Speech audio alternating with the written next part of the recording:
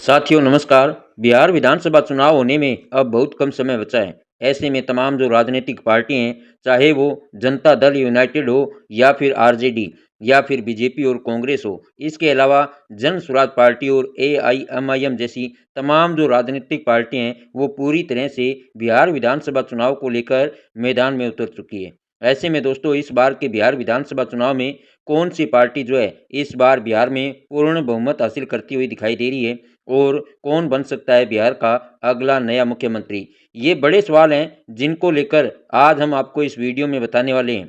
क्योंकि दोस्तों अगर देखा जाए तो इस बार के बिहार विधानसभा चुनाव में जो है मुकाबला मुख्य तौर पर एनडीए और इंडिया अलायंस के बीच में देखने को मिल सकता है। साथ ही इसके अलावा अगर देखा जाए तो प्रशांत किशोर की जो जन स्वराज पार्टी है दोस्तों, वो भी इस बार बिहार विधानसभा चुनाव में एनडीए और इंडिया अलायंस के जो घटक दल हैं, उनको कड़ी चुनौती देती हुई दिखाई दे रही है।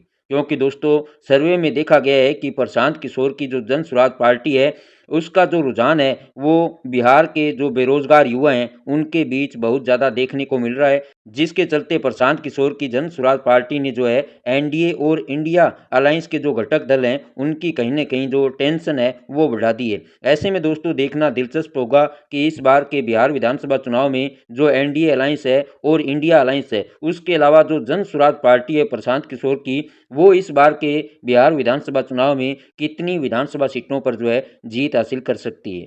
साथियों आपको बता दें कि बिहार में जो इस बार का विधानसभा चुनाव है, वो 2 चरणों में होगा। 6 नवंबर को और 11 नवंबर को बिहार में जो है 2 अलग-अलग चरणों के अंदर वोटिंग होगी और वहीं 14 नवंबर को जो है चुनावी नतीजे जारी किए जाएँगे। ऐसे में दोस्तों आपको बता दें कि बिहार में विधानसभा चुनाव से पहले जो ताज़ा सर्वे के आंकड़े निकल कर सामने आ रहे हैं, वो कहीं न कहीं इस बार जो है बहुत ही हैरान करने वाले हैं दोस्तों। क्योंकि इस बार अगर देखा जाए तो बिहार के अंदर जो है मुकाबला मुख्य रूप से त्रिकोणीय देखने को मिल सकता है। एक तरफ बीजेपी और जनता दल यूनाइटेड का एनडीए अलायंस है, तो वहीं दूसरी तरफ आरजेडी और कांग्रेस पार्टी का इंडिया अलायंस है। और इसके अलावा प्रशांत किशोर की जो जन स्वराज पार्टी है, उसने इस बार का जो बिहार विधानसभा चुनाव है दोस्तों, उसको कहीं न कहीं जो है त्रिकोणीय बना दिया है। ऐसे में आपको बता दें दोस्तों कि बिहार की जो सभी 243 विधानसभा सीटें हैं, उनमें से अगर किसी भी पार्टी या किसी भी अलायंस को अगर बिहार के अंदर पूर्ण बहुमत की सरकार अगर बनानी है, तो उसे कम से कम जो है 122 विधानसभा सीटों का जो बहुमत का आंकड़ा है, उसे पार करना पड़ेगा।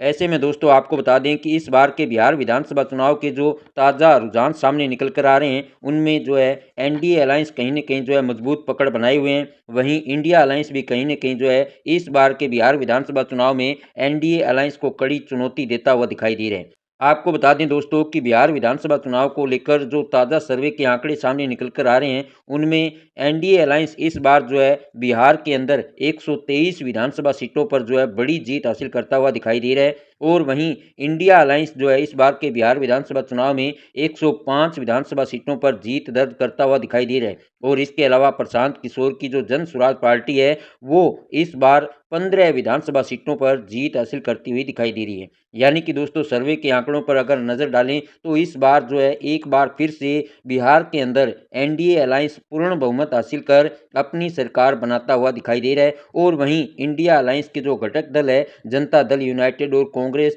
जिन तमाम जो पार्टियां हैं, इनको जो है बिहार के अंदर इस बार बड़ा झटका लग सकता है। वहीं प्रशांत किशोर की जो जन स्वराज पार्टी है, जो कि पहली बार बिहार के अंदर विधानसभा का चुनाव लड़ने जा रही है, वो भी कहीं न कहीं इस बार अच्छी खासी जो है जीत हासिल करते हुए दिखाई दे रही है। ऐसे में दोस्तों इस बार के बिहार विधानसभा चुनाव को लेकर आपके क्या विचार हैं? आप भी अपने विचार हमें ज़्यादा से ज़्यादा कमेंट करके ज़रूर बताएँ। धन्यवाद।